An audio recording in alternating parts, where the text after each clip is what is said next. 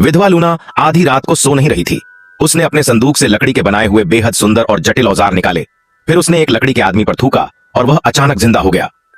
वह आदमी कमरे में जमीन जोतने लगा। लूना ने उस जोती हुई जमीन पर बीज बो दिए और हैरानी की बात यह थी कि वे बीज तुरंत अंकुरित हो गए और बहुत तेजी से बढ़ने लगे। कुछ ही पलों में पौधे फूलों और अनाज में बदल गए और बिना मौसम बदले ही फसल पक गई। फिर वही लकड़ी का आदमी हंसिये से फसल काटने लगा और लूना उसे पीसने की तैयारी करने लगी। उसी समय काय नाम का एक पुरुष वहां से गुजर रहा था।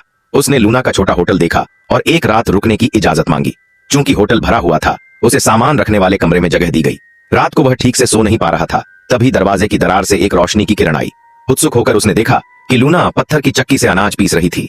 काय को कुछ अजीब लगा। अगली सुबह लूना ने जौ जैसी फसल से बने भाप वाले गरम गरम बंस यात्रियों को दिए और कहा कि ये मैंने अभी अभी बनाए हैं, जल्दी खा लो। लेकिन काय ने बहाना बनाया कि उसे जल्दी निकलना है और छोटा होटल छोड़ दिया। रास्ते में उसे लगा कि शायद वह ज्यादा सोच रहा है, पर बंस को लेकर शक गहराता गया।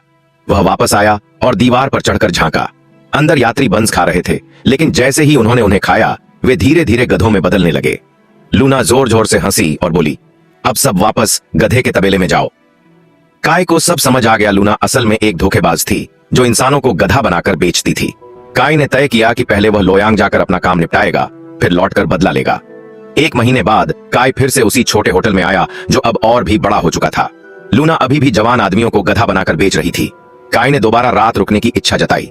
लूना ने उसे खुशी खुशी ठहराया और फिर से वही बंस खाने को दिए। काय ने ऐसा दिखाया जैसे उसे कुछ भी पता नहीं। उसने कहा कि अगर आप पानी भी दे दें तो मजा आ जाएगा। जब लूना पानी लेने गई, तब काय ने असली बंस अपने लाए हुए सुरक्षित बंस से बदल दिए। जब लूना लौटी, काय ने एक बंस उसे भी दे दिया और कहा, मेरी माँ ने भी रास्ते के लिए बंस दिए थे, एक बचा है, वह मैं आपको देता हूँ। लूना ने बिना सोचे खा लिया। उसे लगा कि काय अब गधा बन जाएगा, लेकिन कुछ ही देर में उसे महसूस हुआ कि उसके हाथ गधे के खुर बन गए हैं। और जब उसने आईना देखा तो उसका सुंदर चेहरा एक बदसूरत गद्दी में बदल चुका था।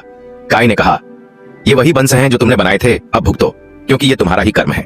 इसके बाद काय ने गद्दी बनी लूना से तरह तरह के काम करवाए और उससे खूब सारा पैसा कमाया। लेकिन एक दिन उसकी मुलाकात एक बूढ़े आदमी से हुई, जिसने गद्दी को देखकर हंसते हुए कहा, देखो कैसे अपने कर्म का फल मिल गया। फिर उसने काय से कहा, लूना ने गलती की थी, लेकिन उसे जिंदगी भर सजा देना भी सही नहीं। काय को उसकी बात समझ आई और उसने पूछा कि उसे इंसान कैसे बनाया जा सकता है। बूढ़े ने 3 बार गधी के सिर पर थपथपाया और एक चमक के साथ लूना फिर से इंसान बन गई। अंत में वह बूढ़ा लूना को लेकर जंगल में कहीं चला गया और पीछे रह गई यह रहस्यमय विधवा महिला की कहानी।